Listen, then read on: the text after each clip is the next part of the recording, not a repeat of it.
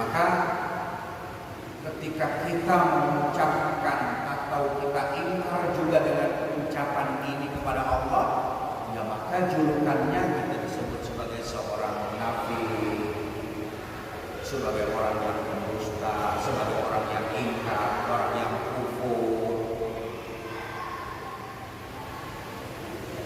Tapi begitu kita sudah dengan keyakinan memahami tidak ada ilah, tidak ada ilah, tidak ada Tuhan. Wah, kita ini terlalu banyak dalam kehidupan ini.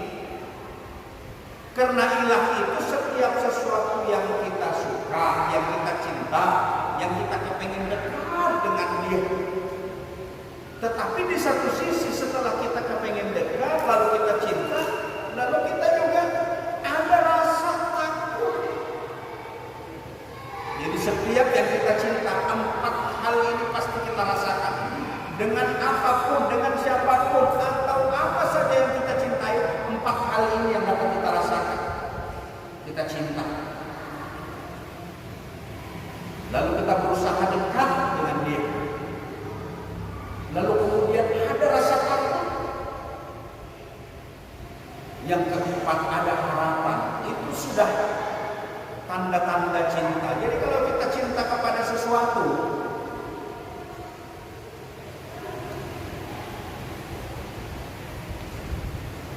berupa barang misalnya,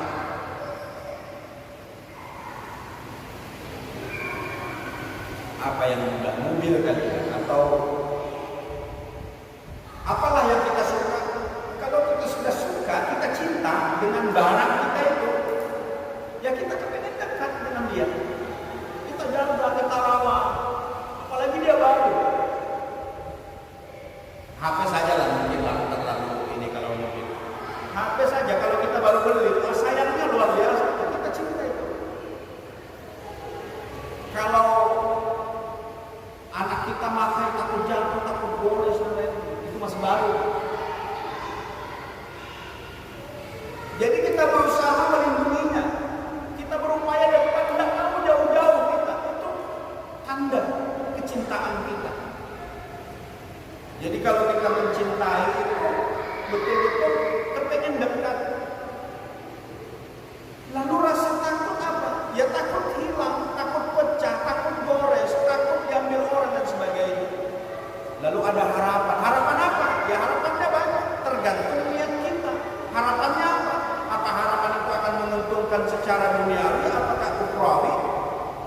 Kemanfaatannya tergantung siapa yang memakai. Maka seperti itulah tanda-tanda cinta kita kepada Allah Subhanahu wa taala. Ada rasa cinta kita, lalu kita kepengen dekat dengan Allah.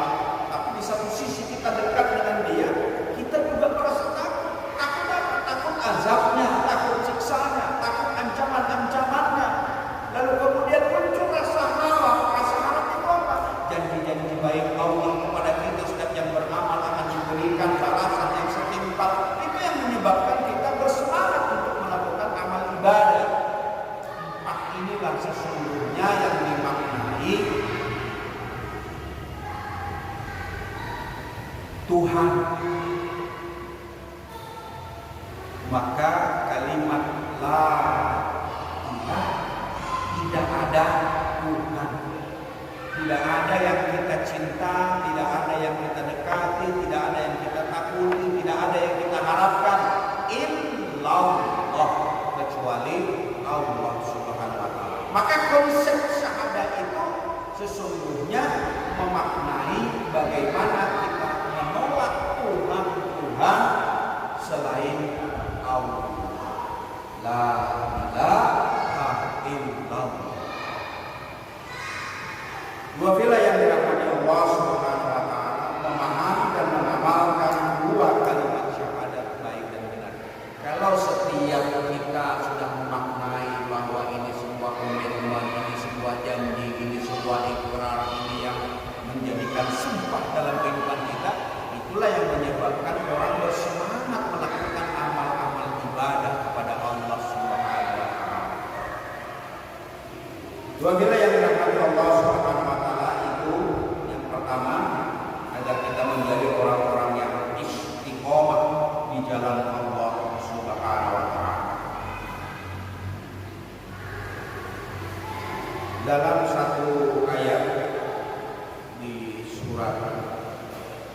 Ibrahim ayat 27, Allah meneguhkan iman orang yang beriman dengan ucapan yang teguh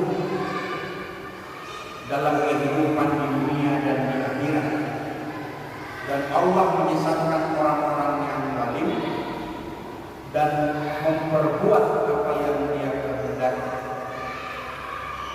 Nah, tafsiran ayat, Allah meneguhkan orang-orang yang beriman dengan ucapan yang teguh.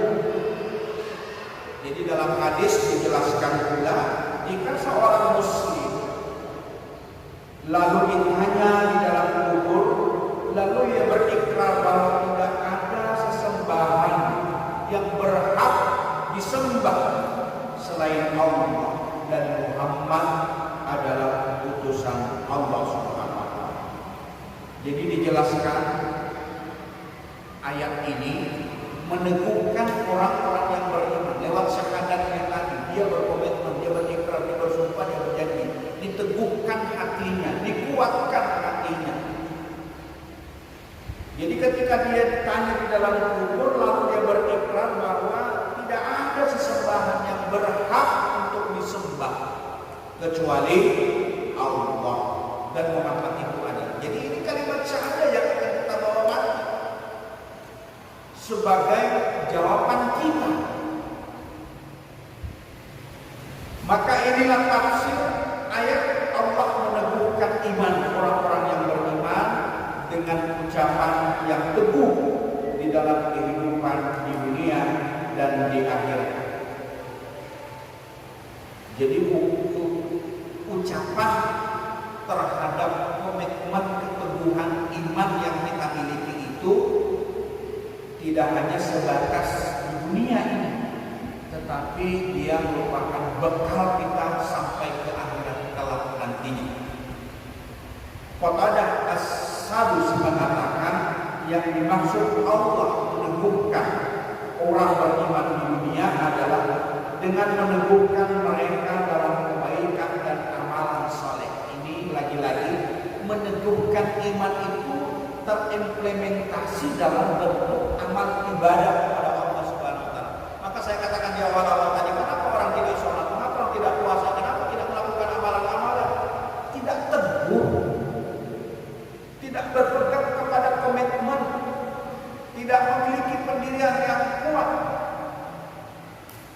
Nah, orang-orang yang teguh pendiriannya ini tidak hanya sebatas di dunia, tetapi juga sampai di akhirat kelak. Maka orang-orang yang teguh pendiriannya ini selalu melakukan kebaikan-kebaikan dan amal soleh. Sedangkan di akhirat mereka akan diteguhkan di kubur ketika menjawab pertanyaan malaikat munkar dan nakir. Diteguhkan sampai nanti meninggal dunia. Bahkan di alam kubur itu oleh Qatadah As-Sadusi mengatakan, ketika malaikat bertanya tentang roh kita, nabi kita, agama kita, kitab kita, imam kita, maka disitulah keteguhan orang-orang yang beriman diteguhkan oleh Allah Subhanahu wa taala untuk dia bisa menjawab pertanyaan-pertanyaan dengan pemahaman dan kegamparan.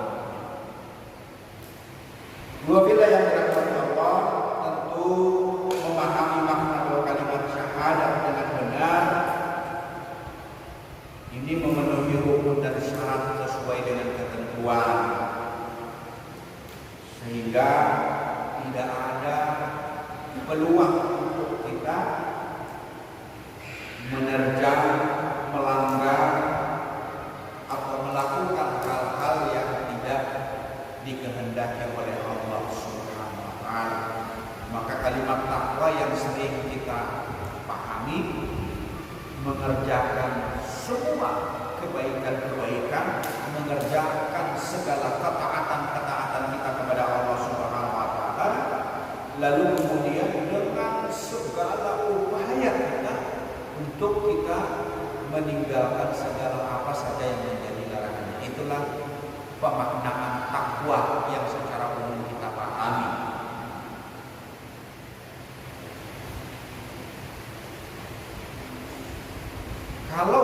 sekiranya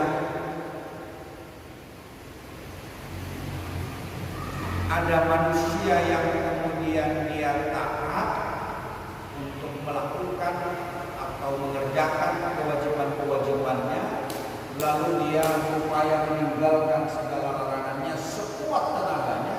Ada manusia yang dia kerjakan juga ketaatannya kepada Allah atau kewajiban-kewajibannya, tapi dia belum mampu untuk meninggalkan keburukan-keburukannya.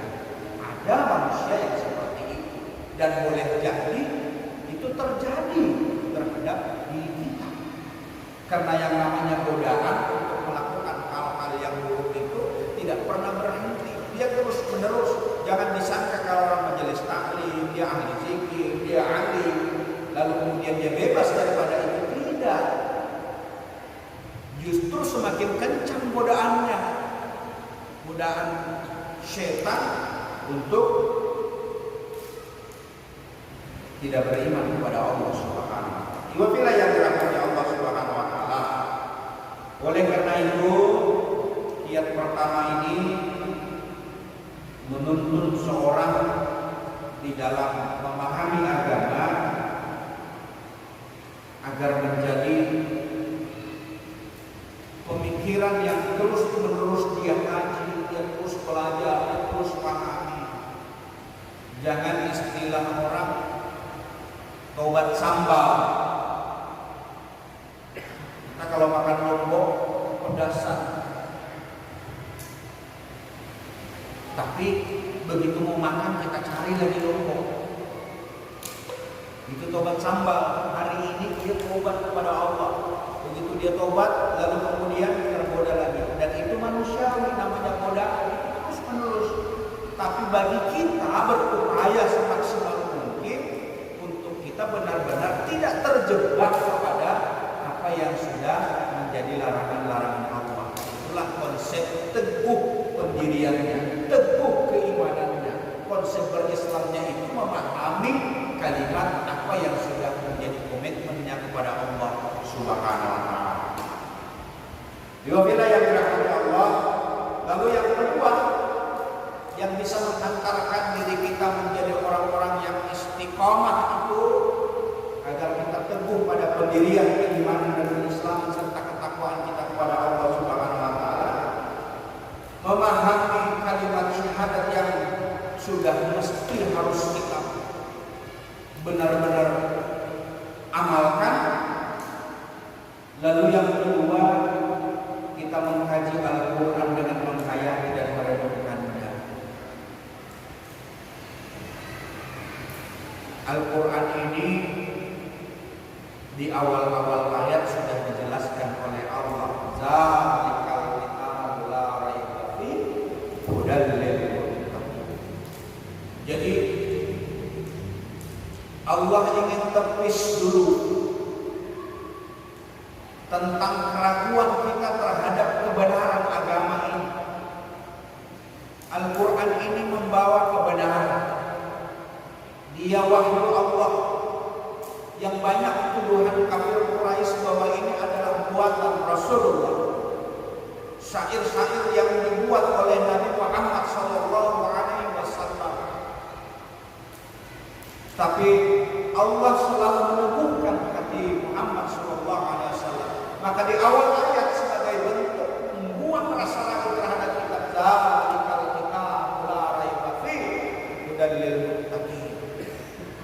Jadi tidak ada keraguan di dalamnya, pedoman, petunjuk bagi orang-orang yang bertakwa. Dua bila yang dirahmati Allah Subhanahu wa taala, maka mengkaji Al-Qur'an, menghayati dan merenungkannya, setidaknya kita membaca, setidaknya. Kalau hari ini kita belum bisa, banyak metode, banyak cara.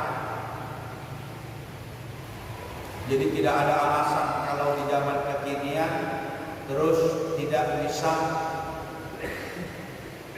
mengaji. Oh, sudah telat. Tidak ada. Usia 70, 80 sekalipun kalau ada kemauan, ya memang susah memang. Ibarat pepatah, belajar di masa atas batu, tapi belajar di masa tua seperti melukis di atas air. Ya seperti itu memang. Jangankan yang tua, kita yang masih energi, kita yang menghafal itu sangat susah. Iwafila yang dirahmati Allah, setidaknya kita membaca, jadi mengkaji Al-Quran, ayat-ayat Allah melalui kitab Al-Quran ini setiap saat untuk kita baca, hayati dan renungkan. Karena Allah menceritakan Al-Quran ini dapat meneguhkan hati kita. Orang-orang yang beriman dan Al-Quran adalah petunjuk jalannya lurus.